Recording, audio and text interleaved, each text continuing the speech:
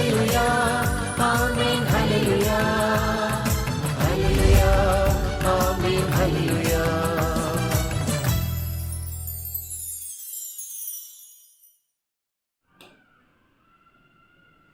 தந்தை மகன் தூய ஆவியாரின் பெயராலே ஆமீன்.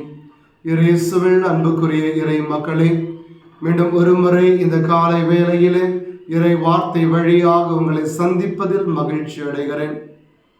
குறிப்பாக இன்று நம்முடைய கத்தோலிக்க திரு அவை தூய மகதல மரியாவுக்கு விழா எடுக்கின்ற ஒரு புனிதமான ஒரு நாள்.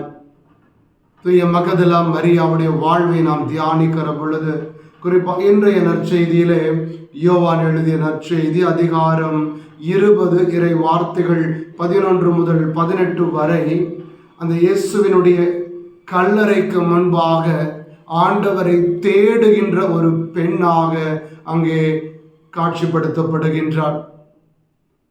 யாரும் ஆண்டவருடைய இறப்புக்கு பிறகு அவருக்கு என்ன ஆனது, உயிரோடு இருக்கிறாரா இல்லையா, உயிர்த்து விட்டாரா என்ற கவலை யாருக்கும் இல்லாத பொழுது இந்த ஒரு பெண் துணிவோடு ஆண்டவரை தேடிக் கொண்டிருக்கின்ற அந்த நிகழ்வு நம்முடைய வாழ்வுக்கு மிகப்பெரிய ஒரு பாடமாக இருக்கிறது.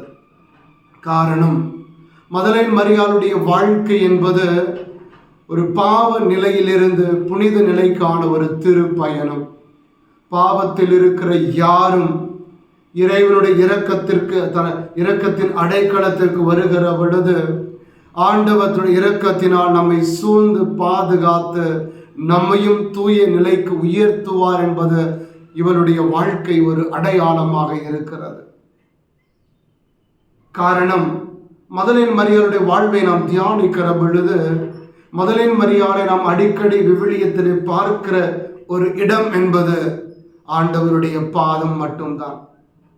எங்கெல்லாம் மதலேன் மரியாளை நாம் காண்கிறோமோ அங்கெல்லாம் அவள் இயேசுவின் பாதத்தில் இருக்கிறார். விவிலியத்திலே 5 இடங்களிலே மதலேன் மரியாளை பற்றிய ஒரு குறிப்புகள் சொல்லப்படுகிறது. ஒன்று, லூக்கா நற்செய்தியிலே 7ஆம் அதிகாரத்திலே செல்வந்தனான சீமோன் வீட்டிலே அவளுடைய பயணம் அங்கே தொடங்குகிறது. ஆண்டவரோடு உறவிலே பாவ நிலையில் அவள் இயேசுவை அணுகி வருகின்றாள். எல்லாரும் அவளை பாவி என்று வெறுத்து ஒதுக்குகிறார்கள். ஆண்டவருடைய பாதத்தை தொட்ட பொழுது எல்லாரும் சொன்னாங்க, இவள் யார் என்று உனக்கு தெரியாதா? கடவுளின் மகன் இறைவாக்கினர் என்று சொல்லக்கூடிய நீ பாவியாக அவள் உன்னை தொடுவதற்கு அனுமதிக்கிறாயே என்று கேட்ட பொழுது ஆண்டவர் சொல்லுகிறார், மகளே, உன் பாவங்கள் மன்னிக்கப்பட்டன, நீ அமைதியோடு திரும்பிச் செல். ஆண்டு பாவ நிலையில் வந்த அவள் இறைவனுடைய இரக்கத்தை அனுபவித்துக் கொண்டு அங்கிருந்து தன்னுடைய திருப்பயணத்தை தொடங்குகிறார். இரண்டாவதாக மதலேன் மரியாளை நாம் காண்பது, ஆண்டவர் இயேசு கிறிஸ்து மார்த்தாள் மரியாள் வீட்டுக்கு வருகிற பொழுது அங்கேயும் மதலேன் மரியாளை நாம் காண்பது ஆண்டவருடைய பாதத்தில் தான். ஆண்டவருடைய பாதத்தில் போய் அமர்ந்து கொண்ட இறை ஞானத்தை கேட்க ஆரம்பிக்கின்றார். இரக்கத்தை அனுபவித்தவருடைய வாழ்க்கை இறை ஞானத்தின் மீது தாகம் கொள்ள வைக்கிறது. நம்முடைய வாழ்வும் அப்படிப்பட்டதாக இருக்க வேண்டும். கடவுளுடைய இரக்கத்தை நாடி வருகிற நாம் ஆண்டவருடைய ஞானத்தோடு இணைத்துக் கொள்வதற்கு நாம் தயாராகிற பொழுது ஆண்டவருடைய வாயின் வழியாக வருகின்ற அந்த இறை வார்த்தைகள் நம்மை அவருக்கு உரியவர்களாக நம்மை செதுக்கி எடுக்கும். எனவேதான் இறைமையை சொல்லுகிறார் அல்லவா, இறை வார்த்தை தீயை போன்றதல்லவா, இறை வார்த்தை சம்மட்டியை போன்றதல்லவா என்று சொல்லி அந்த வார்த்தை வழியாக தன் வாழ்வை மதலேன் மரியாள் கடந்து செல்ல அனுமதித்த பொழுது அந்த வார்த்தை அவளை இறைவனுக்கு உரியதாக செதுக்குகிறது. மூன்றாவது, மதலேன் மரியாளை பார்க்கிறதும் லாசருடைய கல்லறைக்கு முன்பாக 4 நாட்களுக்கு பிறகு லாசருடைய கல்லறைக்கு அருகிலே இயேசு வந்த பொழுது மதலேன் மரியாள் ஓடி வந்து ஆண்டவருடைய பாதத்தை பற்றி கொள்ளுகிறாள். வேறொன்றும் செய்யவில்லை. அந்த பாதத்தில் பற்றி கொண்ட பொழுது அவளுடைய துன்பம் அங்கே கரைந்து போகிறது. காரணம், அந்த அவளுடைய பாதம் பற்றி கொண்ட அந்த ஜெபத்திலே ஆண்டவராகிய இயேசு கிறிஸ்து அங்கே இரக்கம் கொண்டு அந்த குடும்பத்திலே அற்புதம் செய்கின்றார். இறந்தவனை உயிர்த்தெழச் செய்கின்றார். நம்முடைய வாழ்க்கையிலும் எங்கெல்லாம் துன்பத்தின் பாரம் நாம் சுமந்து நடக்கிறோமோ, நாம் வந்து சேர வேண்டிய ஒரே ஒரு இடம் மதலையின் மரியாளை போல இயேசுவின் பாதத்திற்கு, ஆண்டவருடைய பாதத்திற்கு அருகிலே நாம் வருகிற பொழுது அங்கே நமக்கான அடைக்கலமும் நமக்கான ஆறுதலும் அங்கே இருக்கிறது. நான்காவது மதலின் மரியாதை நாம் மீண்டும் பார்ப்பது யோவான் நற்செய்தியிலே 12ஆம் அதிகாரத்திலே.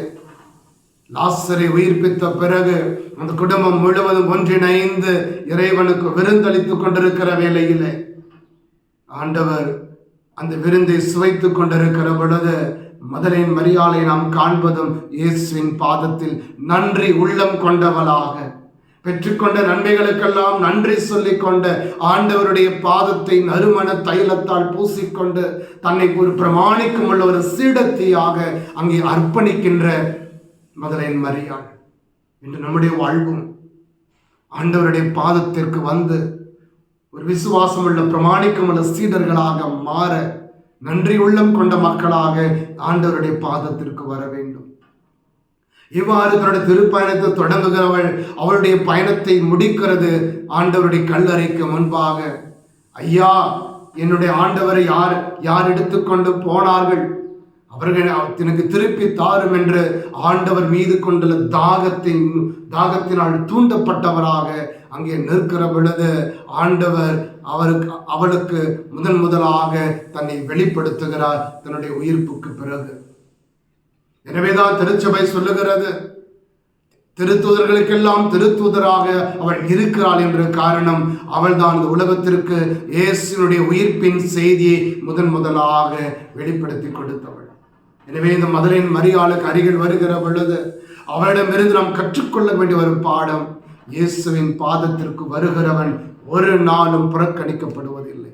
ஆண்டவருடைய பாதத்தை பற்றி கொள்ளுகிறவன் தன் வாழ்நாளிலே இறைவனுடைய மகத்துவத்தில் பங்கெடுக்க ஆண்டவர் அவர்களை தயார்படுத்துகிறார்.